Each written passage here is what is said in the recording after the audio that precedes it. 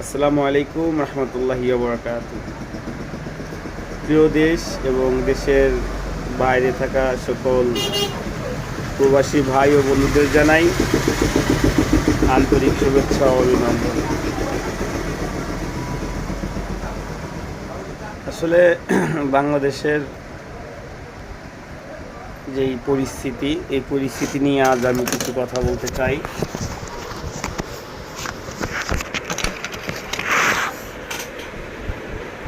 অনেকেই আছেন যারা বলতেছেন নির্বাচন চান না, বিএনপি দীর্ঘ 16 বছর ক্ষোভের কোপে ছিলেন বা একটা ক্ষোভের ভিতর থেকে তারা এই স্বৈরাচার হাসিনা পতনের উদ্দেশ্যে যতগুলো মিটিং মিছিল করছেন, যতগুলো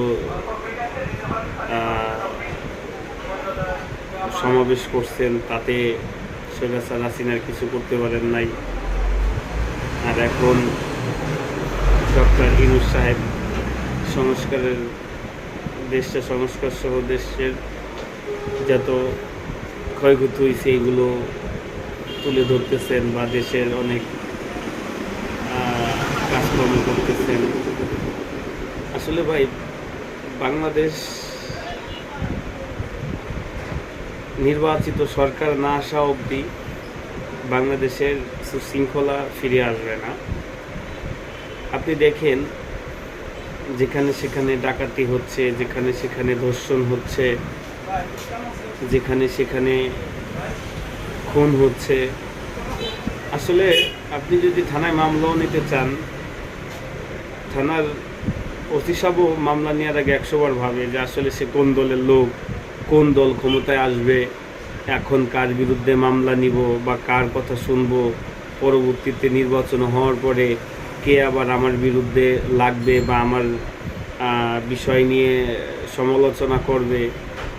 তো এই জন্য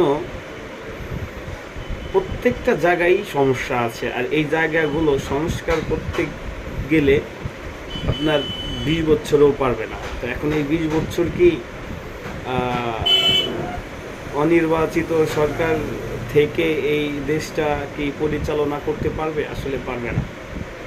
আমাদের বিএনপির যে সকল সিনিয়র নেতারা আছেন, তারা অতি বিলম্বে আগামী ডিসেম্বর অথবা 26শে জানুয়ারির ভিতরে নির্বাচন চাচ্ছেন। আসলে আমি তাদের সঙ্গে সহমত পোষণ করছি। আমি যে বিএনপি করি এই জন্য না, বাংলাদেশে একটা সুষ্ঠু নির্বাচন হোক, আর এই নির্বাচনে বিএনপি আসবে এটা না, কিন্তু সাধারণ জনগণ যাকে ভালোবাসবে, যাকে ভোট দিয়ে জয়যুক্ত করবে, সে এই বাংলাদেশ সরকার হবে এবং সরকার গঠন হওয়ার পরে বাংলাদেশে একটা সুশৃঙ্খলা ফিরে আসবে। তখন এই মামলা হামলা, যত ধরনের এই চাঁদাবাজি, আপনার দখলবাজ, মাটি কাটা, তারপরে আপনার খুন ধর্ষণ, এগুলো অটোতেই কমে যাবে। আসলে দেশটাকে সংস্কারের কথা বলে দেশটাকে একেবারে নষ্ট করা যাবে না। হ্যাঁ, দেশের পরিস্থিতি আরও ভয়াবহ হয়ে যাবে, কারণ দেশে এই স্বৈরাচার আওয়ামী লীগের যেই সুবিধাবাদ জিন্দাবাদ যে লোকগুলো আছে, তারাই চাচ্ছে এই দেশের একটা হট্টগণ্ডগোল সৃষ্টি করার জন্য, এবং তারাই মূলত লোক ভাড়া করে, কারণ তারা দীর্ঘ 17 বছর অনেক টাকা কামাইছে। তারা এই টাকা দিয়ে ধর্ষণ করাচ্ছে, এই টাকা দিয়ে খুন করাচ্ছে, এই টাকা দিয়ে গুম করাচ্ছে, টাকা দিয়ে ঝামেলা সৃষ্টি হচ্ছে। আসলে এগুলোর তো একটা এই নির্বাচিত সরকার না আসা অবধি আসলে এইগুলো তো আসলে এত সহজেই সমাধান হবে না ভাই। অনেকেই বলে যে বিএনপি এতদিন চাইছে স্বৈরাচারের পতন হোক, আর এখন স্বৈরাচারের পতন হওয়ার পরে বলতেছে নির্বাচন হোক। আরে ভাই, নির্বাচন দিলে তো ভাই বিএনপি একা নির্বাচনে আসবে না, তাই না? বিএনপি সহ সকল লক্ষ জোটে আসবে নির্বাচনে, এবং এই নির্বাচনে যেই জয়যুক্ত হবে সেই মূলত এই দেশটাকে পরিচালনা করবে। এই জন্য অতি বিলম্বেই নির্বাচন হোক, এটাই আমি আশা করি। সবাই ভালো থাকবেন, সুস্থ থাকবেন।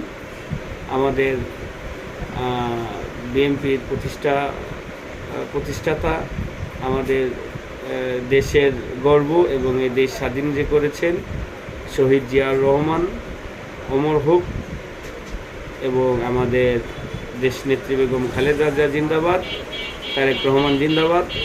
সবাই ভালো থাকবেন, সুস্থ থাকবেন। আসসালামু আলাইকুম।